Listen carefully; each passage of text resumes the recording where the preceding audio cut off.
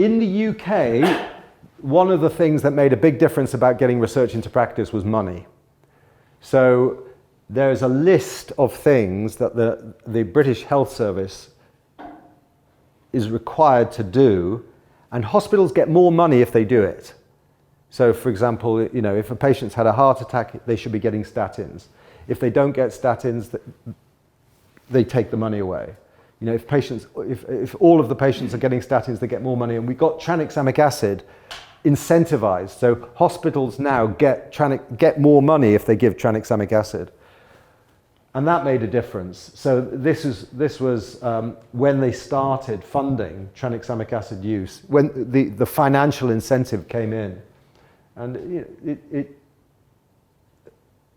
the use increased from about 0% to 90%. So hospitals in the UK really respond to money. You know, they get most of their money anyway, but they get the bit extra or a bit less they care about very much. You know, if the budget might be, you know, 100 million, but whether it's 102 million or 100 million makes a big difference to them. So they care about that, the bit at the margin. So that made a big difference. Now, by this time, we were doing the trial that Utsuko Okamoto wanted us to do. We were doing the woman trial. And it was a trial run by women. I was involved. I'm the director of the clinical trials unit. I work with this woman called Halima Shakur, who's the co-director. And it's been very interesting. I'm a white man, she's a brown woman. Wherever we go to get anywhere, everybody thinks I'm in charge. It's just what's happened. I get promoted faster than she does. You know, we do the same work, but it's just being a white man, it's easier than being a brown woman. And so I've just noticed this from my time with working with Halima. You know, we're co-directors of the clinical trials unit. We've done all of our trials together for the last 20 years. And I will go to a meeting and people will stick out their hand at me and say, tell me who you've brought with you. You know, so I found it very sort of difficult, embarrassing over the years. But I told you that, you know, I told you the other day that I'm only good at some things and I'm not good at other, well, I'm good at some things and not good at others. And she is very good at bringing together lots of people in trials. So this is the woman trial in Pakistan. It was our biggest recruiting country. Every obstetric hospital in Pakistan took part in this trial. And she just makes that happen. You know, she's a genius in this social thing, you know. I mean, it's difficult in Pakistan, so sort of, you know, obviously it's a Muslim country. Men don't really interact with women in the same way, but you know, the women, they hug each other, kiss each other, and the men, you know, but they had a very good relationship, and it really expanded the trial. And the trial went very well, and it was funded by the Department of Health, the Wellcome Trust, and Bill and Melinda Gates. So this time, so we got a very nice result from the woman trial. The treatment was equally effective as it is in trauma. Now, I told you that I went to the Department of Health when we got a good result and asked for $500,000. They gave us 10,000. I went to the Bill and Melinda Gates Foundation and asked for £100,000, and they said it's not enough. They said, you need more than that. And so this was really interesting. You know, I mean, they've got deep pockets, I know, but I think it's because they know, because they're business people themselves, they know how important dissemination is. So when we went with them with our plan, you know, and we didn't ask for $500,000 because we didn't think we'd get it, 100,000, they said, well, that's not enough. You know, go back and make a better plan, come back, ask for more money. So we had a much we had a, you know, even before, oh, hang on, sorry, let's have a look. So we did all sorts of things. So we started thinking of the trial results as like a film, you know, like a film release. And we actually made a trailer to the film. So we made a trailer, sort of a warning that the film is coming, the results are coming.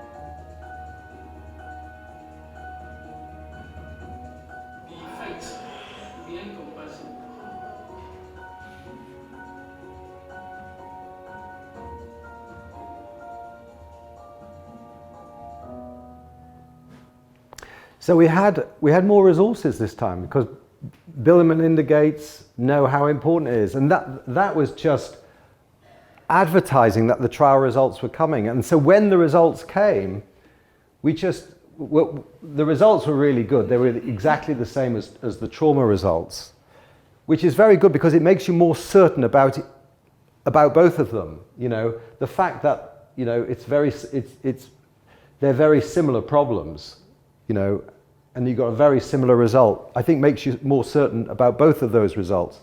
But then we had so much more preparation. We just got a huge, big media hit at the time. So Melinda Gates tweeted it, and Tedros, who's the Director General of the World Health Organization. So lots and lots of people, we got something like 800 items of news coverage, social media, 80 million somethings, whatever happens on social media, I don't know. But, we just got a much bigger hit. With the Crash 2 results, there was almost nothing in the media at all. But we made it different. Unfortunately, Utako never got to see the results of the woman trial because she died at the age of 98, 2 weeks before we finished the trial. So I used to say that Japanese women live forever, but they don't really live forever. They're almost forever. And so this is her grave in Kyoto, actually. So this is her haka in Kyoto, and where her husband's grave is. And then I started realizing, actually, we haven't got the right story. It's not a story about persevering. It's a story about discrimination. And it's a story about sex discrimination. That Utako, you know, it's partly the fact that she's a woman that actually, you know, it took her so long to get this intervention. Because what she told me is that they invented this drug as a treatment for postpartum hemorrhage, and they wanted to get the local obstetricians to try it in postpartum hemorrhage, but they wouldn't. And all of the local obstetricians, the obstetricians were predominantly men, and they wouldn't really have it. They weren't interested in testing this. And we started to see it more of a problem about discrimination. And we got some lovely, while she was alive, I took some films about, some film.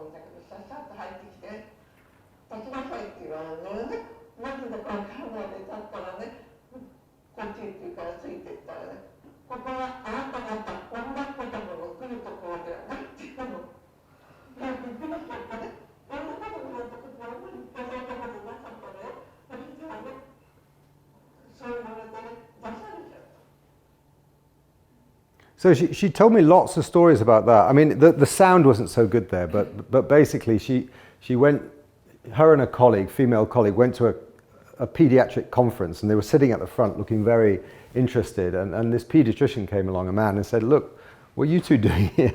You know, out. You know, she was kicked out of the conference for being a woman, and he said, "These conferences are not the place for women and children." So, and I captured lots of information about her.